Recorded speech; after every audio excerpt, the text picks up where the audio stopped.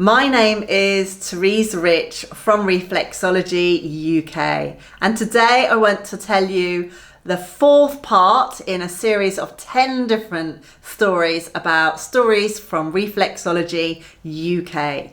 This is a really good story about a client that I would like to impress upon your psyche and see what you can learn, because we all learn from our clients so much, and they've been drawn and attracted to us for various reasons. So this client, obviously the names have changed and they're there to protect people. But I'm going to tell you the story about how I had the absolute privilege. You never prefer clients, but this one stood out to me the most. And her name was Isabel. She was 94 years old. And she was still driving, believe it or not. But she used to tell me stories. She was from Germany, and she used to tell me stories about her life and what she'd been through during the war, and how she'd escaped from East to West Germany, and how she'd brought up her son, and she traveled the whole world. And it was really magical because she wanted to talk to me about these things, but it was very difficult also for her to talk and bring these things up. So the lifestyle of this lady, she left East Germany, escaped while she could underneath a truck, and she could have lost her life as it went through the border, and she didn't have anything, no money, no extra clothes on her. Anyway, she then managed to get different jobs on different cruise ships at the time, and she ended up traveling the world. And there was at one point where she came over to London and she trained to be a nurse. She met her husband, who worked for the Australian embassy. And again, her whole life was she had to give up her job. She wasn't allowed to work in paid employment because the job she had was to support her husband and travel with him. So that's what she did. And she put her son in private education, so her son was able to get the best education possible. So remember, this woman had left East Germany, went to West Germany, had no money, and it was tough for her in the early days before she actually met her husband. And then when she met her husband, she wasn't allowed to earn, but she was allowed to do nursing on a voluntary basis. So she spent her whole life traveling with her husband throughout so many different countries: Sri Lanka, India, all of these Asian countries, Africa, which is not Asian obviously, but she traveled all of these different countries with her husband, supporting him and doing voluntary work for many different hospitals. And it was a life that you would have dreamt of, I suppose, during that era.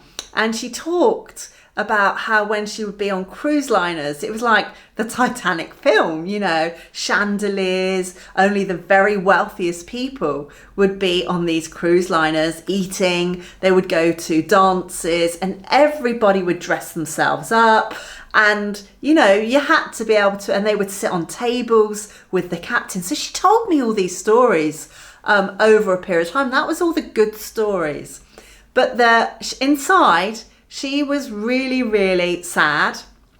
Like I said, she had given her son the very best education. And I'm not here to judge anybody. I don't do that with my clients. I think that's why they love coming to me, because I'm able to nurture them and accept them for who they are. But like I said, this isn't about me. This is about this particular German client.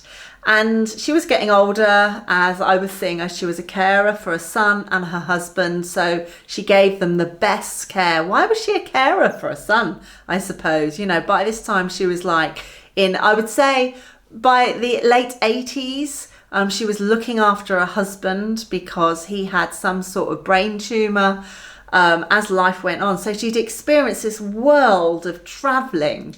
And she had been on huge cruise liners, had the best life possible. And then her husband was taken ill. So she ended up becoming, in her latter years, looking after him. But the problem she also had was her son. and her son lived with her. He lived with her, and he totally drained all the good energy she had between her husband and her son. And you must probably saying to me, why am I talking about this? But you'll see at the end, it's not a positive story, but I want you to learn from this.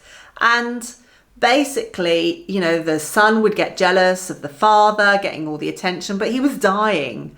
So she would see to his needs, but she always felt like piggy in the middle between the husband and the son. The son had a condition known as bipolar. His personality would change, but everybody in the community that he was a prestigious person working within the community, but only voluntary. He didn't ever seem to get paid employment for very long, but people always looked up to him as he did all this voluntary work, because he was able to put an act on rather than the way he treated his mother was completely different, and the way he treated his father. Anyway, eventually his father died and the mother was left with the son. The son still lived off the mother. Now, during her lifetime, she had earned, I don't know whether she hadn't earned, but she had captured lots of financial security, most probably from her husband that worked for the Australian embassy, and he travelled around. So she lived in a massive house. You know, like I said, she'd given her her son, the best education, but he had bipolar, so he was never able to sustain a proper job. And he was getting on to 50 now. And most of the time, most people would know that that son would have left home, etc. But he was one way with the people outside, you know. He should put on a great show, everybody loved him, but he wasn't able to get a committed job. He had a degree, he had everything like that. But behind the closed doors, it was another story. The mother was dying inside more and more, and it was draining for her. So she bought him a property, but he never wanted to stay in the property. He kept going back to hers. So, you know, her energy levels were being debilitated because she, and I had to treat her, you know, I was treating her, but she was being used as a scapegoat, I suppose, for all his problems. You know, like I said, he had bipolar condition. Now, in her, she felt so responsible for him, always felt responsible. And really, I mean, I could have sat there and started judging and saying, well, he's old enough to get his own job, etc. Okay, but it was not for me to do that. But watching from a distance, she was an incredible lady. She did her own tax returns in her 90s. You know, it was phenomenal. She was still driving. Her back was upright. You know, she was not this little hunched lady or anything. She was in her 90s. And I felt very privileged to have listened to the stories she had told me of her life. You know, she wasn't this old crinkled lady that you would imagine had just turned up old.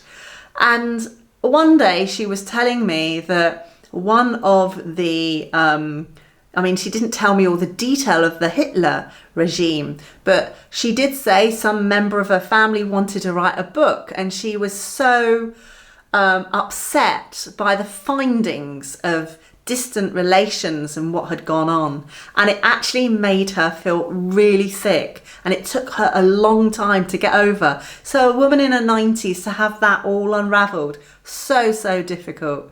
So I guess, what's this bringing up in you? That's what I wanted to do, because I know as I tell the story, it's so easy to say, you know, judge and say, this is what she should have done and that's what she should have done. It pressed my buttons a hell of a lot when I treated her. And sometimes I could feel myself getting all worked up thinking, just speak up for yourself, just do something for yourself. Okay, and this woman that was very, obviously very wealthy, very established, found it really difficult to actually spend the money on herself. And this is what I wanted to talk to you about. Reflexologists, massage therapists. This is what I want to give you a shake. shaky, shaky. We are so good, just like the mother looking after the son. You know, she was exemplary, the way she looked after him. You know, even though he didn't treat her right, he was so well looked after, okay, financially. Also with the way she considered him, but she didn't do it for herself. She had a good life, she had a good standing, but it was hard for her to financially treat herself. She would have been one of the people that would have got the cheapest haircut. And does this relate to you? You know, I want you to do a bit of soul searching and think, sometimes we treat our clients so well. We really, really do treat our clients so well, like the mother treating her son so well. Do we, when the opportunity comes, our internal dialogue, when it's talking to us and it's being, you know, sometimes it can be very disagreeing, sometimes it can be very hurtful what our internal dialogue says to us, just like the son to the mother. And what can happen over time is our self-worth can drop and drop, and we think that we shouldn't treat ourselves to anything. We think that our self-worth is less than our clients. Well, I'm here to tell you, actually, you're most probably equal, if not more, because we're giving to these people. And how can we come from a place of abundance in ourselves to give to someone if we don't feel that we are worthy of that in ourselves? So learn to listen to your self-talk, but try and nurture yourself in the process. So if you do have self-talk that is very damaging to your psyche, like the son with the mother, and you notice that your self-worth is going down and down, then do something after this video to help your self-worth go up. It doesn't always have to cost money, and it can be as simple as soaking your feet in a bowl of Epsom salts. I don't know what it is for you, but over the years of being a teacher, I have seen so many students look at me in shock when I say to you, right, what you want to do is you've achieved this qualification. What you want to do is go out and treat yourself. Go and have a professional treatment. And sometimes people look glazed and shocked as they realise I'm encouraging them to spend a normal amount of money in having a treatment rather than receiving half measures. Because as we build up our own self-worth, then people will start to treat us completely differently. And your clients will respect you more, believe it or not, because you're coming from a different vibration. So this is the fourth part in the series of stories from Reflexology UK. My name is Teresa Rich from Reflexology UK.